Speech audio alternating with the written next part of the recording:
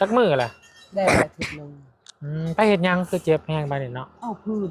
อ๋อเมียบ่ได้เห็นหุบละมันเป็นเปล่าล่ะเมียไปไกลบ่ได้แล้วเนาะเที่ยวเขาน้ำเองยังยากแล้วเนาะเอาเพียวเลยบ่นี่อ๋อไปลงลาปะมาอาจารย์ใจอะไรไม่บอกเมื่อแล้วไปทำอะไรมาพี่น้องบ้านแบบเขาแห้งยังแข็งแห้งแล้วเนาะเพื่อใช้บอกคนเด้อเพื่อใช้น้องแว่เพื่อนหน่อยเพื่อนไงเพื่อนน้อยครับเดี๋ยวมืออื่นที่ซื้อมาให้เด้อประมาณเบอร์สามเนาะเจ้าใช้เบอร์หนังยังกูเบอร์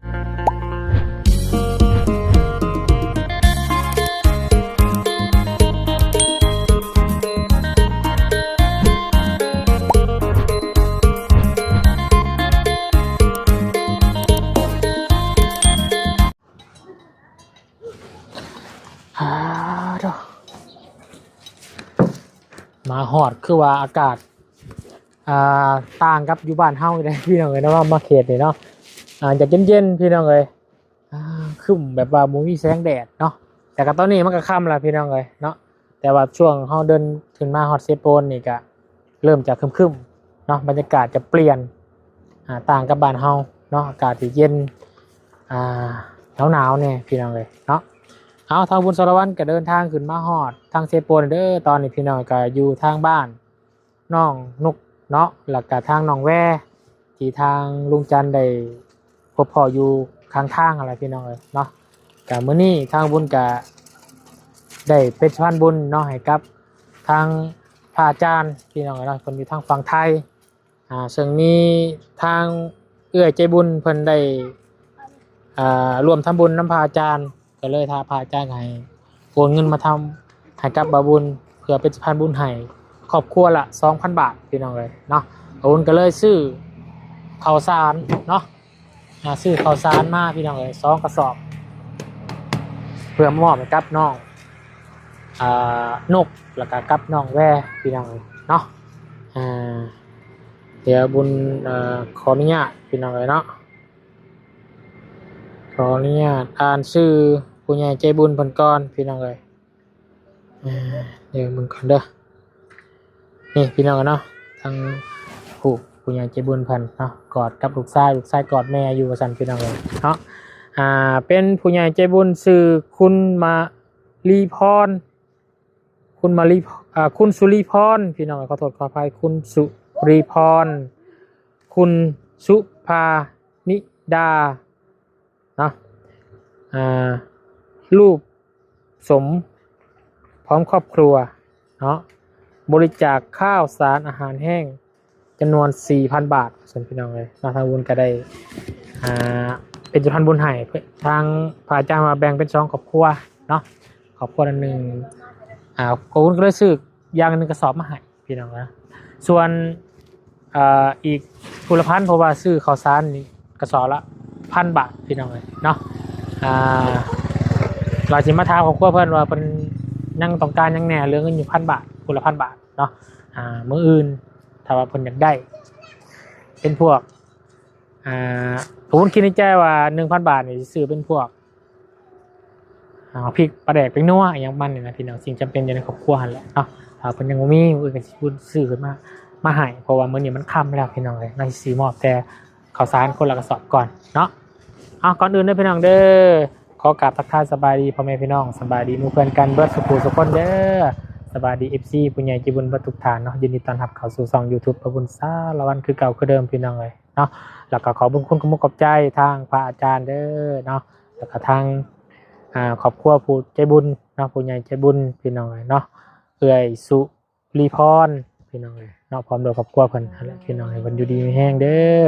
ให้ผลบุญผลกุศลที่ใดกระทำมาได้เฮ็ดมาขอให้กลับคืนไปหาทางผู้ใหญ่ใจบุญเนาะทางเอื้อยสุริพรเนาะพร้อมโดยครอบครัวให้อายุมั่นขวัญยืนให้ร่ำรวยเฮ็ดธุรกิจการงานใดๆขอให้ เจริญรุ่งเรืองก้าวหน้าเด้อเนาะสาธุพี่น้องเอ้ยไปเดี๋ยวไปหาเบิ่งน้ำกันเนาะทางน้องแว่เพิ่นอยู่หรือบ่พี่น้องส่วนน้องพร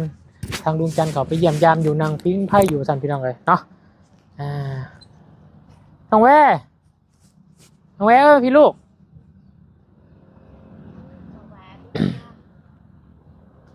มาพี่คุณมาล่ะพี่น้องเอ้ยเนาะเพื่อนเพิ่นก็อยู่ทางนั้น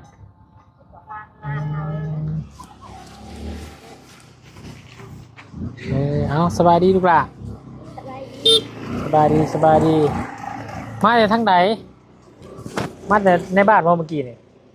ไปยังในบ้านตาลินอ๋อเอาขออนุญาตติดไม้เด้อกินข้าวแล้วป่ะกินแล้วกับยังพี่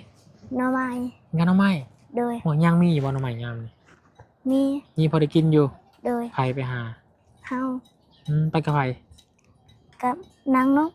กคือเก่าโดย2 เสี่ยวคือเก่าบ่โดยมัน2 เสี่ยวแล้วเจ้าเป็นเอื้อยเนาะอายุสำคัญบ่ปูเจ้าจักปีก็12อ๋อน้องนุก13ได้เนาะ13เอ้าน้องนุกอายุหลายกว่าเจ้าอีกเนาะหากเราโตน้อยกว่าเจ้าเนาะเห็นบ่โดยเราตัวเตี้ยกว่าเจ้าเนาะโดยพี่น้องเลยเนาะคำแล้วเนาะน้องนุกตอนนี้อยู่น้ำเบาจันอยู่เนาะ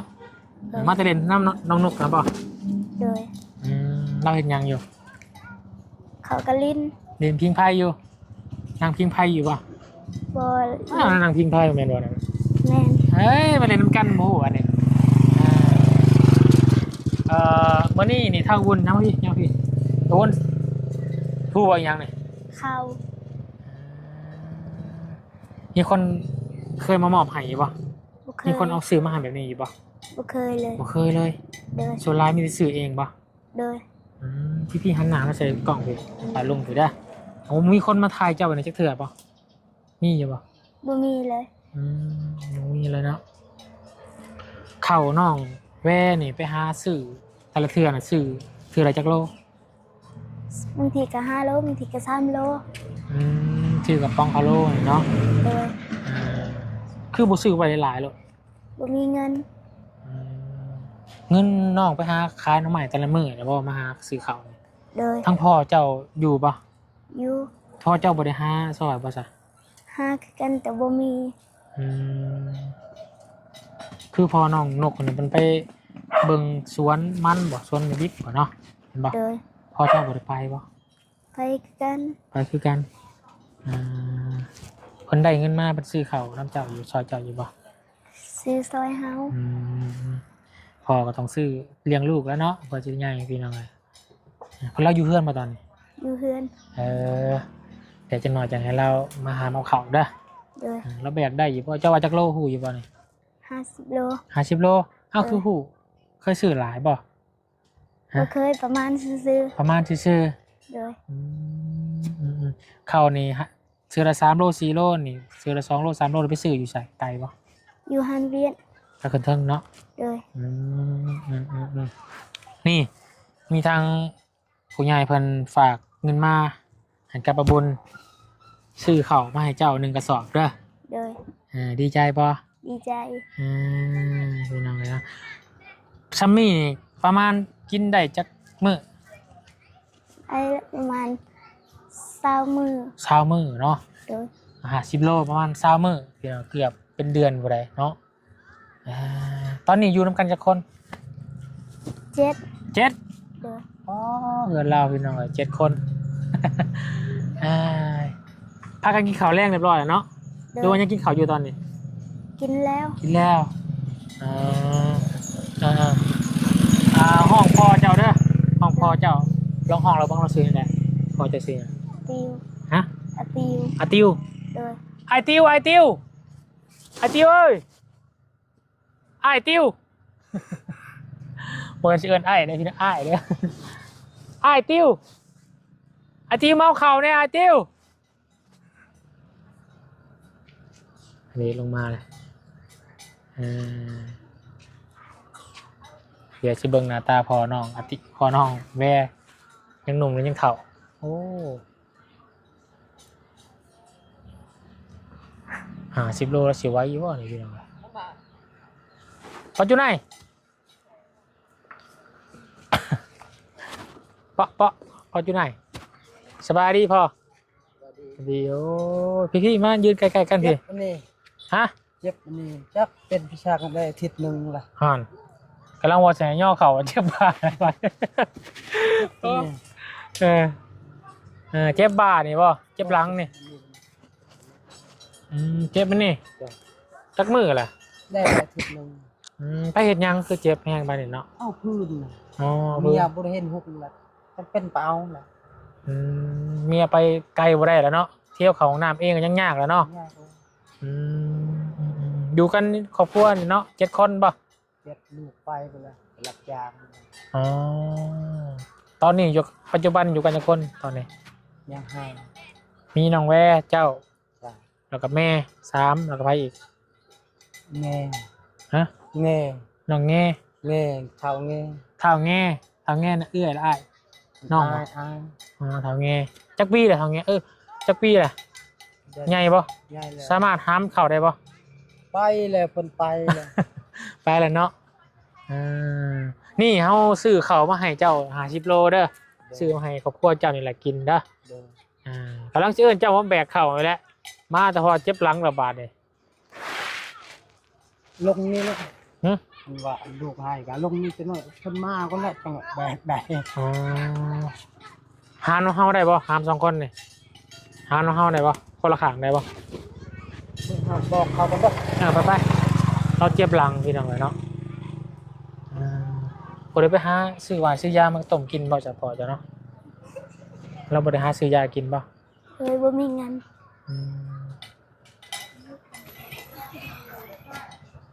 ว่ามันขึ้นภูอีกพี่น้องเลยเนาะ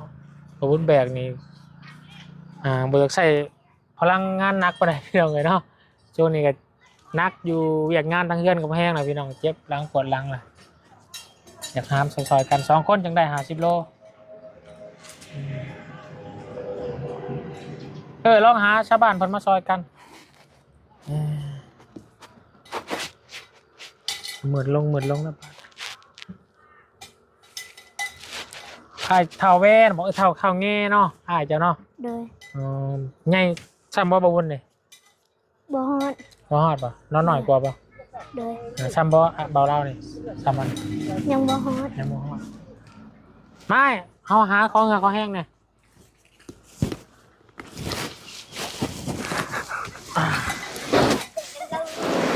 เอาผู้เดียวเลยบ่นี่อ๋อไปลงลาไปมาอาจารย์ใจอะไรโอ้เมื่อแล้วพี่น้องเลยมาพี่น้องบ้านแต่เขาแห้งยังแข็งแห้งอยู่แล้วเนาะเอาไปใช้บอกคนเด้อเพื่อใช้น้องแว่เพื่อนหน่อยเพื่อนไง เพิ่นน้อย ปึ๊บขอบใจได้บ่าวเด้อ เบิ่งกับเมียก็บ่เห็นหุกทำ ร้านน้องแว่ขึ้นอยู่น้ำแม่บ่ปะพอกับเจ็บหลังเนาะตะอุ้ยคอยก็ได้สบายดีได้แม่เด้อสบายดีอยู่ดีไม่แห้งนอนกับไผอยู่นี่นอนกับลูกนี่ นอนกับน้องแว่นี่บ่โอ้ยขนาดยากขึ้นมาสำนีก็ยังเมื่อยแล้วบุญก็ได้เราสิแบกเข่าขึ้นมาให้นอนน้องแว่เนาะ โดย หนาวอยู่บ่แม่ ดาว นอนอยู่นี่เพื่อนใหญ่นี่ไผนอนพอกับอ้ายบ่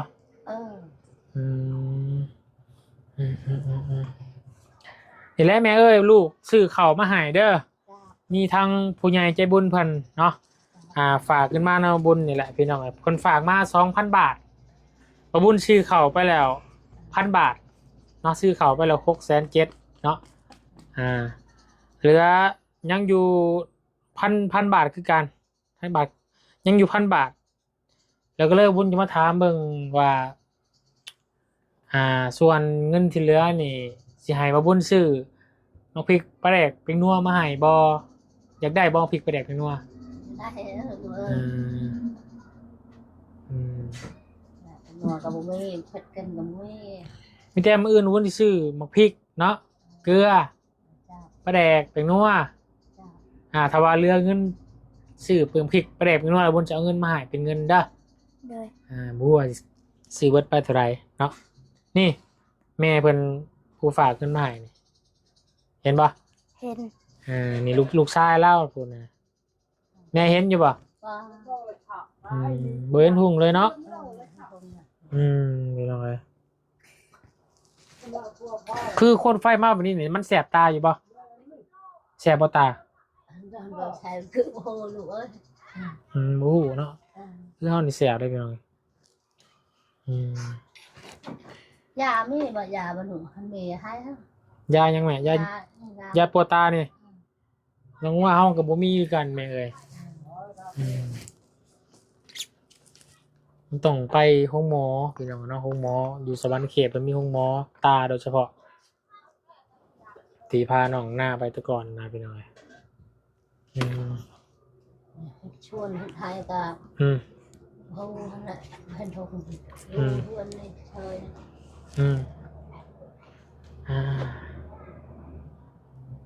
จะเอาไว้ไว้แล้ว เป็นข้าวหนู ฮะ เป็นข้าว กินข้าวกินกับหยังน้องแวบัดนี้ ไม่หันเก็บ ฮะ เราไม่กินหมดแล้ว น้องไม้กินบ่แล้ว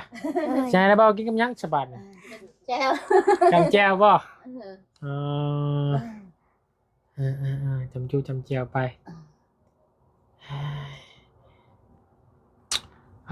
พอดีวุ้นมีอยู่เสื้อผ้าพี่น้องเนาะอื่นพอแหละมื้อนี้มันค่ำแหละให้จักสิมาแบ่งให้น้องกันเนาะเพราะมีเสื้อผู้ชายผู้หญิงแน่เพิ่นได้สิเบิ่งอื่นก่อนมื้อนี้เอาเข้าไปก่อนเบิ่นสิเข้ามาหาใหม่ได้ซื้อ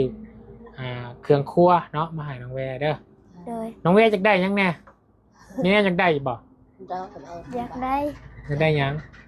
เกือบกับเสื้อ จักได้เกลือกับเสื้อ โดย เกือบเนาะน้องขาดไปแล้วพี่น้องเอ้ยเกือบน้องคนก็ได้เกือบไปหาน้องใหม่กับตัวนี้เกือบไปโรงเรียนคู่นี่บ่ โดย เดี๋ยวมื้ออื่นสิซื้อมาให้เด้อ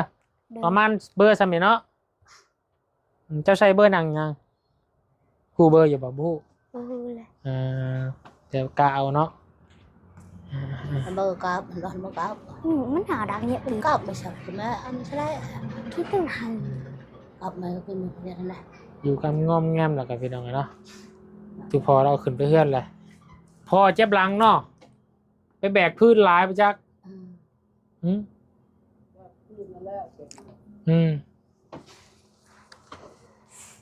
กลัวไปเฮ็ดแทนเมียได้พี่น้องเนาะเมียไปหาบ่ได้น้องแววเถื่อกับไปโรงเรียนเนาะ โดย ก็เลยบ่ได้ซอยได้ปานใดพี่น้องเนาะเวลายามว่างยามแมลงมาจังไปหาพื้นมาดังไฟนี่บ่มาดังหนึ่งข้าวหนึ่งน้ำนี่บ่ หาพื้นนะลูกนี่หาพื้นหาหน่อไม้ลูกนี่ผ้าเอาพก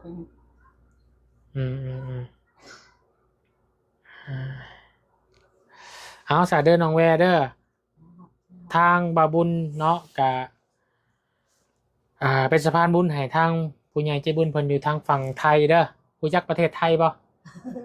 ฮะ บ่ฮู้บ่ฮู้บ่เนี่ยข้ามไปใกล้บ้านเฮานี่บ้าน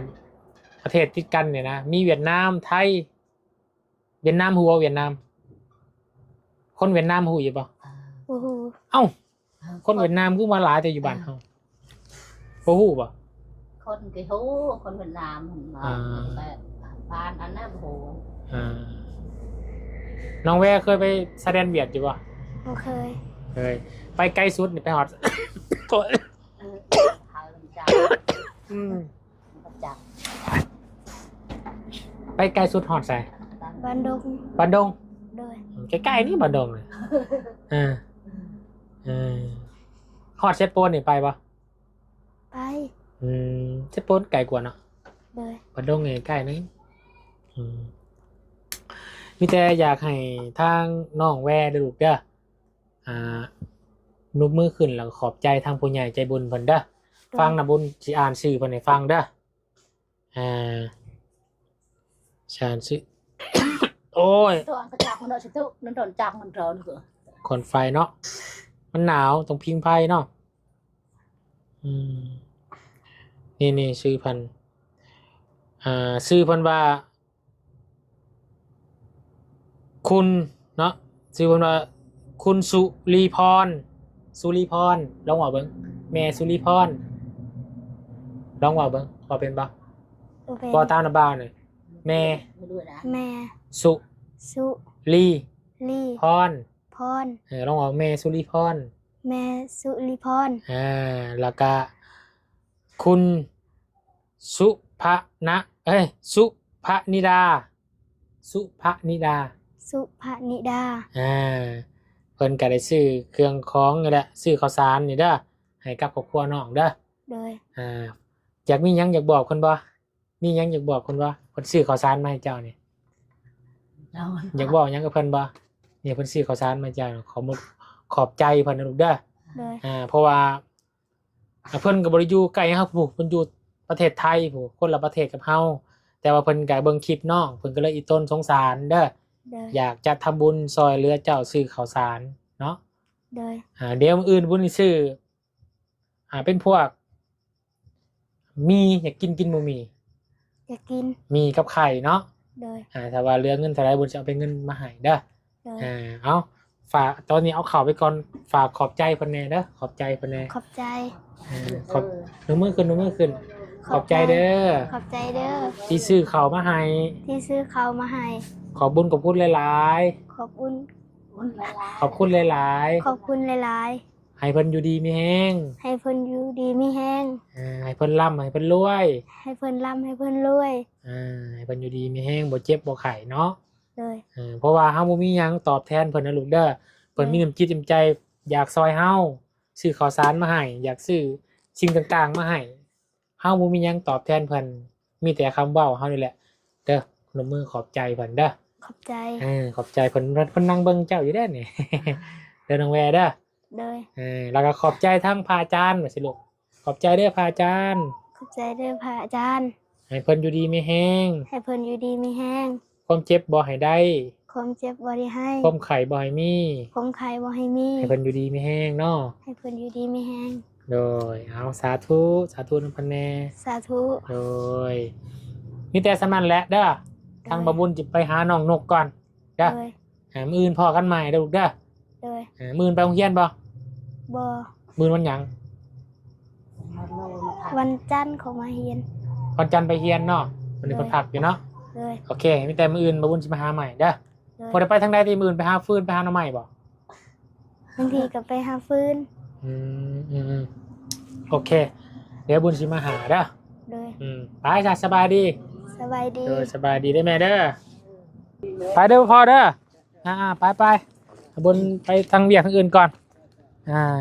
ไปโอเคพี่น้องเลยเนาะคำมือตื่นตาแล้วเห็นหูเห็นเรื่องระบาดนี่พี่น้องเลยเนาะ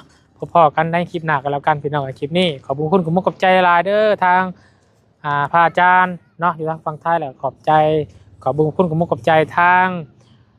แม่เนาะหรือว่าเอื้อย